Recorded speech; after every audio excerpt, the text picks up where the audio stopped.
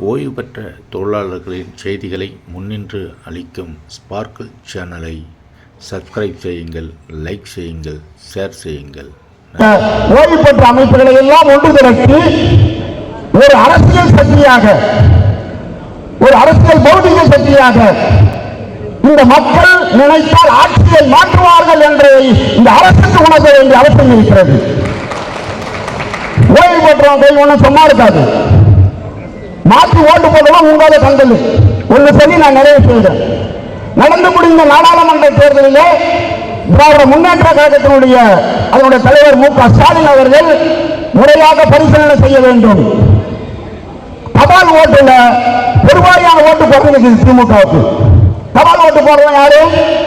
அரசு ஊழியர், ஆசிரியர், தேர்தல் பணி செய்யக்கூடியவர்கள். அவர்களெல்லாம் திராவிட முன்னேற்ற கழகத்துக்கு கடந்த காலத்தில் போட்டிருந்த அவர்கள் இப்பொழுது மாற்றி போட்டிருக்கிறார்கள். ஓட்டு சதவீதம் குறைஞ்சிருக்குது.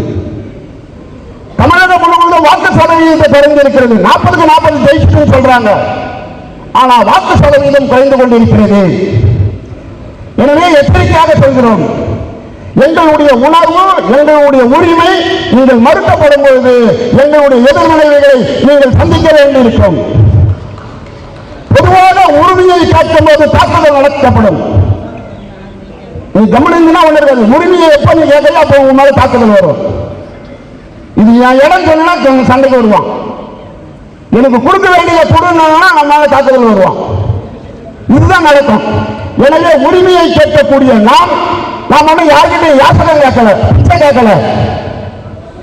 உன்னை நாடிதான் நாங்க வாழணும், ஐயா சாமி எனக்கு காசு கொடு அப்படின்னு கேட்கல. நான் உழைச்ச உழைப்புக்கான பலனை தர வேண்டிய அரசாங்கம் அதை கொடுக்க மறுத்து நியாயத்திற்கு புறம்பாக, நீதிக்கு புறம்பாக, சட்டத்திற்கு புறம்பாக ஒரு ஆட்சி நடந்து கொண்டிருக்கிறது. நாம் அனுமதிக்க முடியாது.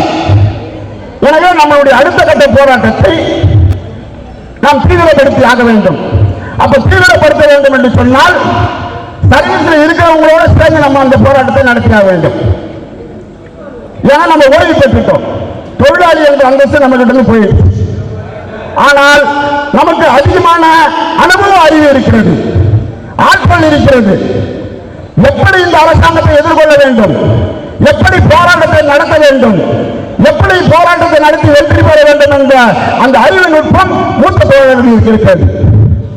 இந்த அறிவு நுட்பத்தை சர்வீஸில் இருக்கக்கூடிய தொழிலாளிக்கு சொல்லி அவர்களை உங்களோடு நம்மளோடு இணைத்துக் கொள்ள வேண்டும். நான் பட்ட கஷ்டத்தை, என்னுடைய அனுபவத்தை உனக்கு சொல்லுகிறேன். நீ இப்பொழுது எங்களோடு இணைந்து போராடவில்லை என்று சொன்னால், அல்லது உங்களோடு நாங்கள் இணைந்து போராடவில்லை என்று சொன்னால், நமக்குள் பிரிவினை என்று சொன்னால், ஊரு 2 பட்டா கூட்டாளிக்கு கொண்டாட்டம் என்ற மாதிரி தொழிலாளி 2 பட்டா அரசாங்கத்துக்கு கொண்டாட்டம். எனவே நாம் 2 பேரும் ஒன்றாக இணைந்து சொல்ல வேண்டும். மகாபாரதத்தில் அர்ஜுனன் வில்லு விடுவான். அவருக்கு வண்டி ஓட்டுவது யாரு? கிருஷ்ண பரமாத்மா. அர்ஜுனன் எங்கெல்லாம் தப்பு செய்கிறானோ அங்கெல்லாம் முறைப்படுத்தி அவனை இயக்கியது கிருஷ்ண பரமாத்மா. நீங்கள் எல்லாம் கிருஷ்ண பரமாத்மாக்கள். இப்ப தப்பா வேலை செஞ்சுக்கான் சர்வீஸ்ல இருக்கிறவன். அவனுக்கு வழிகாட்டி அரசாங்கம் இதுதான், இந்த அரசாங்கத்தை தாக்க வேண்டிய அம்பு உங்கையில் இருக்குது. அதுதான் ஸ்ட்ரைக்கிங் போர்ஸ். வீடு நிறுத்தக்கூடிய அந்த அதிகாரம் உங்கையில் இருக்குது. அந்த ஸ்ட்ரைக்கிங் போர்ஸ் இப்படி புரிய வையே. கர்ணனை கடைசியா சாகும் போது எல்லாத்தையும் வாங்கிட்டு இப்ப அந்த கர்ணன் சாகுறாங்கன்னு சொல்லுவாங்க கிருஷ்ணன். அத மாதிரி நாம சொல்லணும்.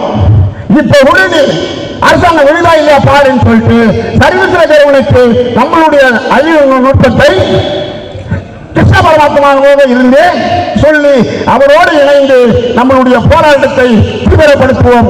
அரசுக்கு பாடம் புகட்டுவோம். நம்மளுடைய டிஏ உறவை பெறுவோம். அதற்கு சிஐடி என்றென்றும் உங்களோட துணை இருக்கும் என்று சொல்லி வாழ்த்து விடைபெறுகிறேன். நன்றி, வணக்கம்.